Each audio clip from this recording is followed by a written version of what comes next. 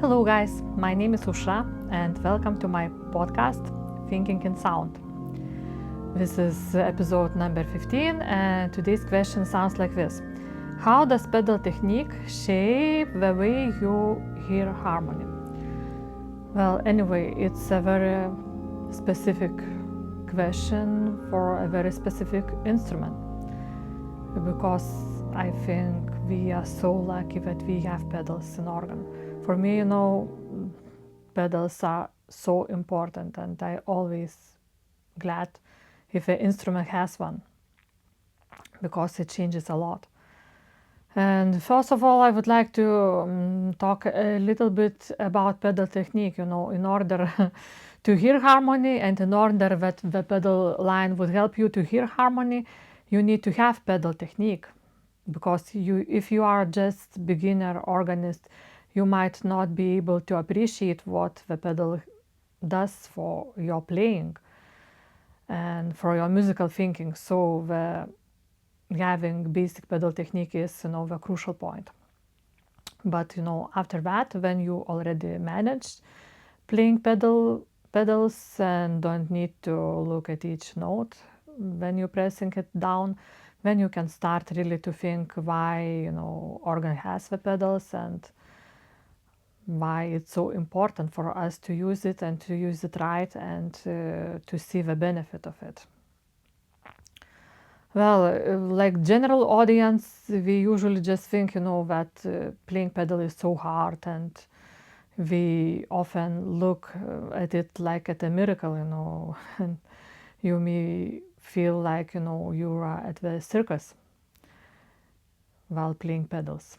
But anyway, I think when you get used to it, it's quite common and quite normal and it does not make playing organ much harder. Actually, I enjoy playing pedals a lot because it gives me a great pleasure feeling how coordination my body works and how the much more gravity and deep sounding pedal gives to a music. Another very important thing for church organists is how you play hymns and what you do with the pedal line and why it's very important and when you should really start thinking about how the pedal support the harmonic line. Okay, now let me just take a quick sip of water and I hope this will let you some music to listen. This is wonderful Secret of Organ Playing mug. I highly recommend it to any organist to have.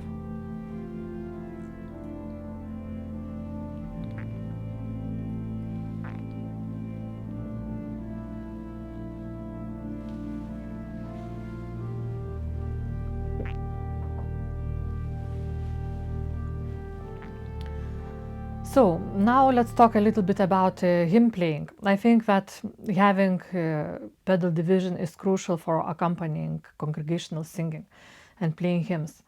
And this is when really you get the most use of the pedal.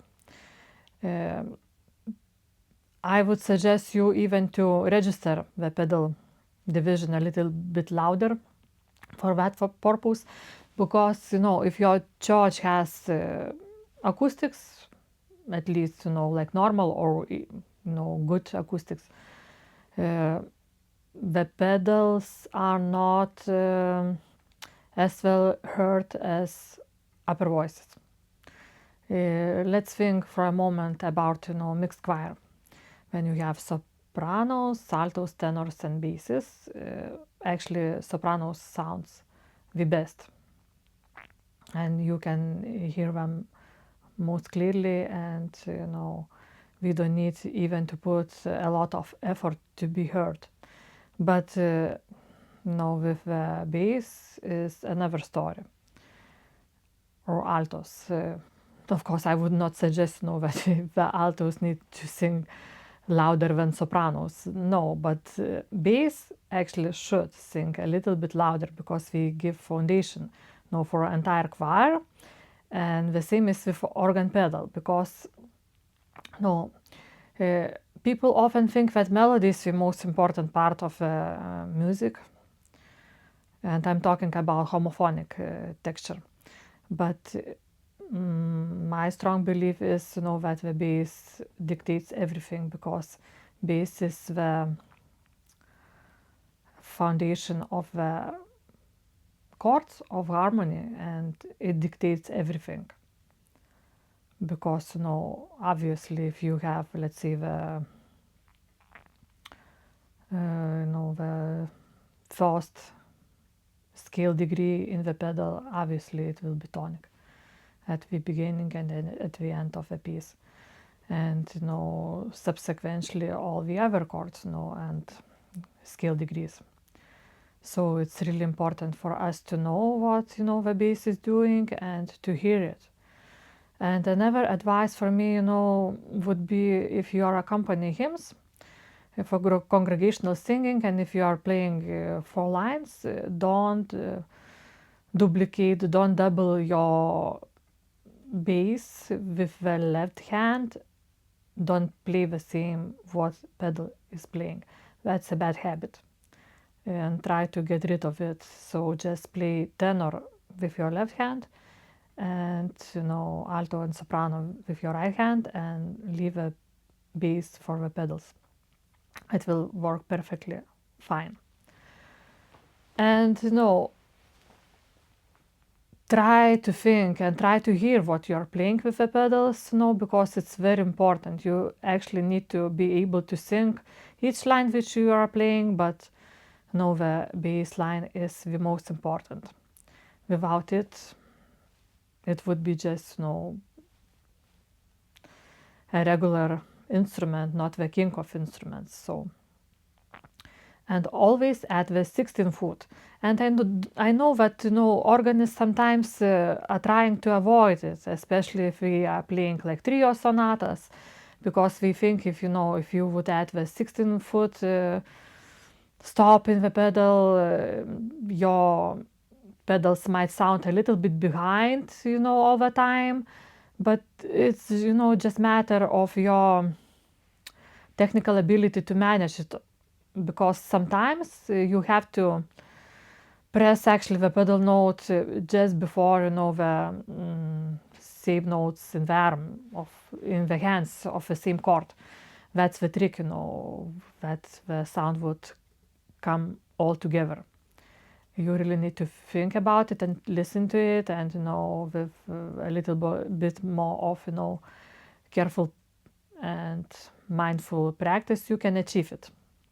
So think about it as well.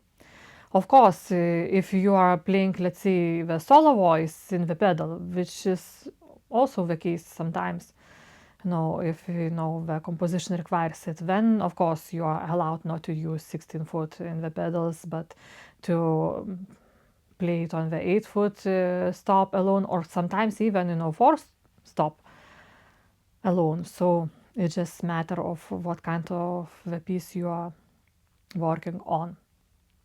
But in most cases, the pedal, for the bass line, for foundation, for support of, entire harmony.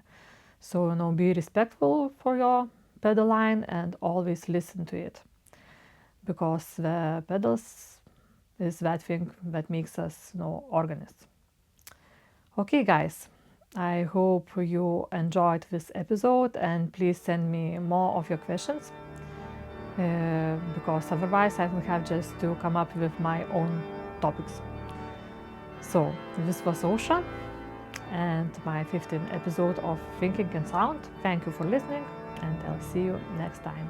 Bye bye.